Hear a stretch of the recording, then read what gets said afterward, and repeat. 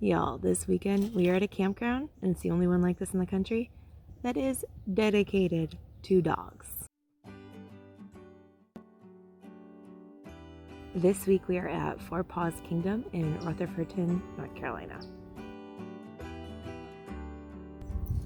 We are in Site 2 called Linus. I'm sure all the sites are named after dogs of maybe the owners or someone.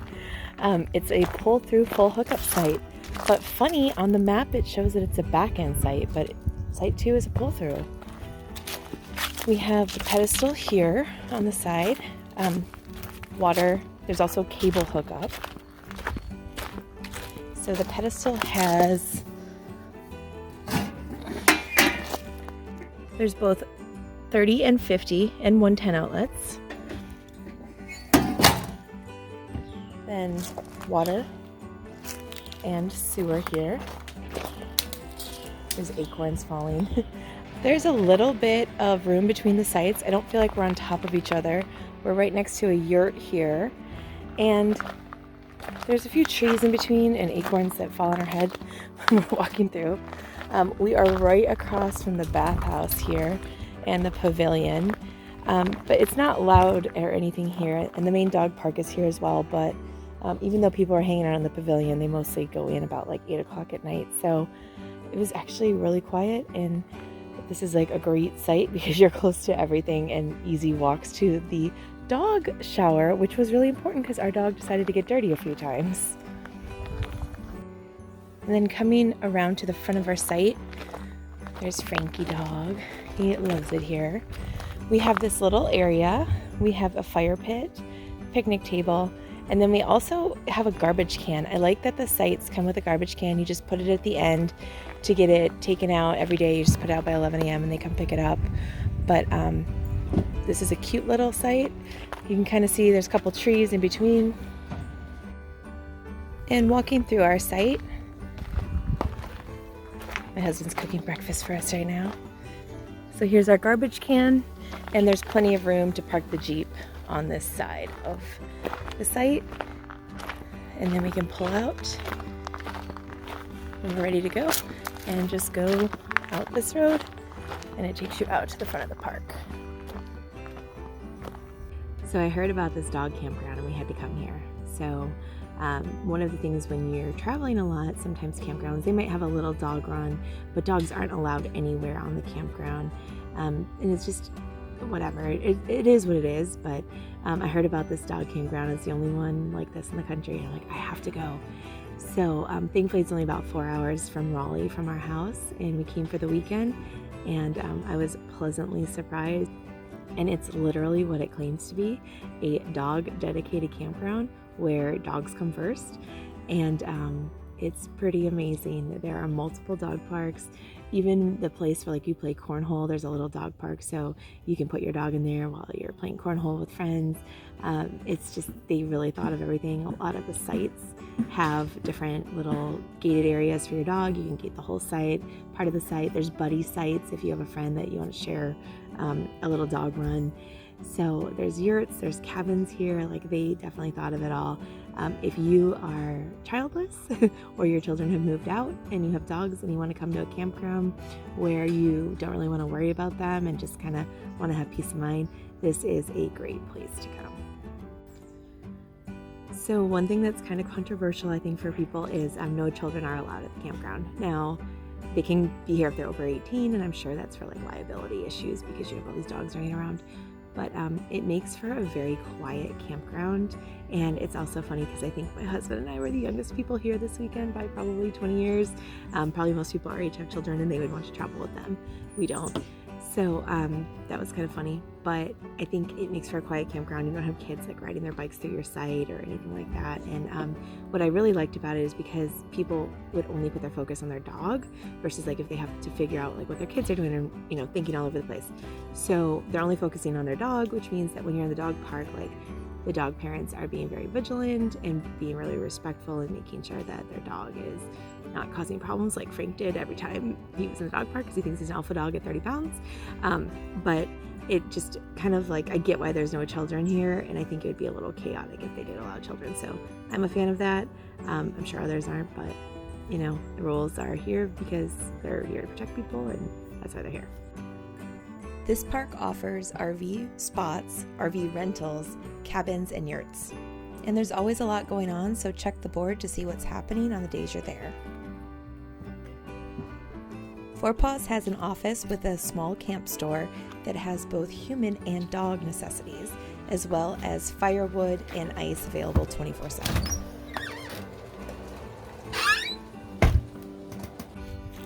This is the bathhouse area, which also has laundry and the doggy bath. There are 4 bathrooms, so 2 on the back side and then 2 on the front side. And I think bathroom 1 is the best because it has a shower wand, but all of the bathrooms have really good water pressure and lots of hot water. This is bathroom stall number 2. Quite large bathrooms. Has a toilet, shower, there's a small bench in here, mirror, sink, paper towels, and the bathrooms are super clean here. Actually, this whole park is super clean, but shower stall, and one of the other shower stalls has a wand as well. This one doesn't, but just really clean, nice bathrooms. Coming into the doggy bath. There are 2 stations in here, one that's on the floor and a tub that is on the table. I actually bathed my dog in here. Worked out really well. I'm super happy that these baths were here because he got disgustingly dirty and I was able to clean him. Next to the doggy bath is the laundry room. And there are 2 washers, 2 dryers. They do take quarters, they're $1.50. And there's also a folding table here. On the back side of the bathhouse is grooming stations. And this is the grooming station. There's 2 tables here, and you can groom your own dog, or sometimes they have a groomer at the campground. The park actually has pretty decent Wi-Fi. It works really well at our site because this is the bathhouse and there is a Wi-Fi antenna here. But there's Wi-Fi throughout the park, and it's actually pretty strong. I wouldn't say you could work here on video calls, but you can get like general stuff done, like email, text, things like that.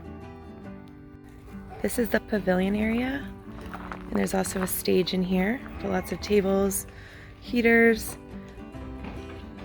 There's also a food truck type of kitchen here, and a lot of people have been gathering here on their own or there's a meetup for Boston Terriers. They all met here last night. And then the campground also holds things like Drinkapalooza and other events in here for the campground. And some weekends there's even live music, and there's a disco ball up there.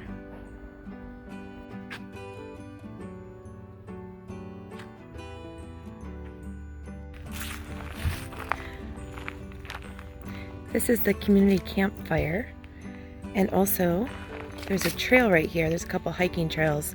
So the trail starts or ends here, one of the trails anyway. And then you can come hang out by the fire. And on Friday nights, the campground does a community fire, get to know your camper type of event. There's a hiking trail that goes pretty much the whole length of the campground. And it's just a well carved out trail that you can take your dog on. Very wooded, very easy trail, very short trail, but definitely something cool. This is the cornhole area. We've got a couple boards set up, but behind the boards is a small fenced in area that you can put your dog in while you're playing, so you don't have to worry about what your dog's doing. And there's also a couple chairs here if you just want to watch what's going on. This is the main dog park, and it's near all of the amenities of the campground, like the pavilion is right here, and the bathrooms are right there. All of the dog parks do have bags so you can clean up after your dog. And this main dog park is pretty big. And right now, Frank's the only one in it because it's checkout time on Sunday. And I think that a lot of people are checking out, but other times we've been here, all the dogs have been here playing and running around, and it's a huge space for them to do that. And the parks do have water and hoses so you can give your dog fresh water. So this is the agility park. That's Frank, and he is at the agility park, but he is lazy and sniffing the edge instead. He would not know what to do with this. However, it's pretty cool. They have all of the different, I don't know, stations, I don't know what they're called, set up. But I was watching dogs in it yesterday, and it was really cool to watch them all play and do tricks.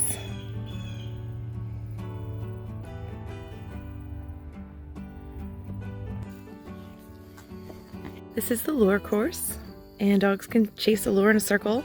It got set up on Saturday morning while we were here. Our dog did not partake because he would not know what to do with it, but other dogs were partaking, and it looked like they were having a really good time chasing the lure. This is another park here, just another small dog run. It's actually closed right now because they're seeding it, but it will be available soon, and it's quite large. So this area is where the hiking trail leads out, kind of at the back of the park. And then this is a private park. It's first come, first serve. And I think even on the weekends, it was pretty open. I saw a couple dogs in it a few different times we walked by. But there's a sign on it that says, please join us, or I want to be alone, I think is the other side of it. But if you have a dog that maybe just gets overwhelmed by too many dogs, you just want to have one or two dogs come and play, you can put the please join us sign on, and people can join your dog. This is the small dog park, which is for dogs under 30 pounds. Frank comes in at 29.5, so he just made it. But it's another area of the park, kind of at the front side. Also has water available, and it's just a big park for dogs to play.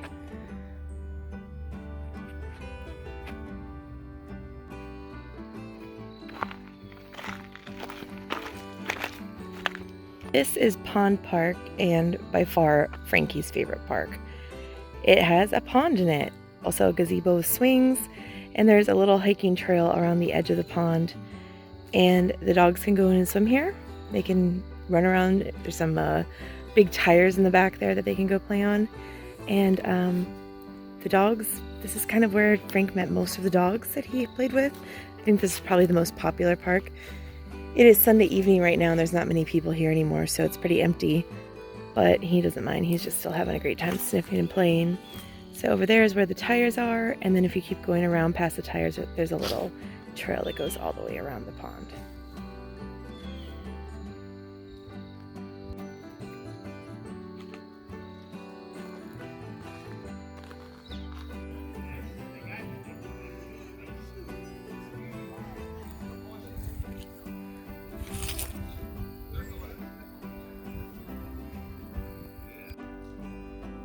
This is one of the many yurts on the property. This one is called Kai, and it has its own private fenced-in area for dogs. There's a fire pit and 2 chairs in that area. It has an outdoor camp sink and small grill. And inside I can see a bed and maybe a table or something else, but it's kind of cool. It's on a platform here with a deck, and then it also has a picnic table here on the outside.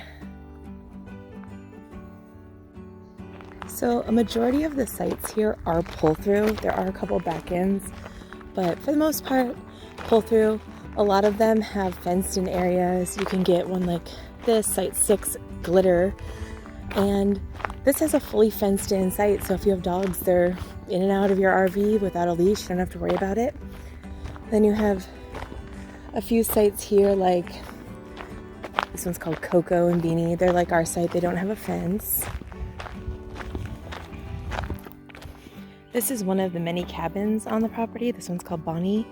And the cabins also have fenced-in areas so that your pet doesn't get out. I absolutely love that this is made for pets.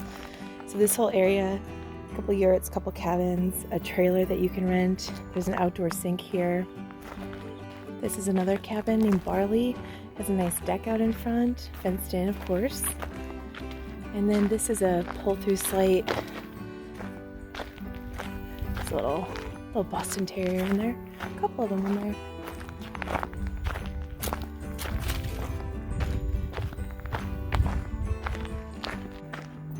There's lots of shade here and lots of wooded areas.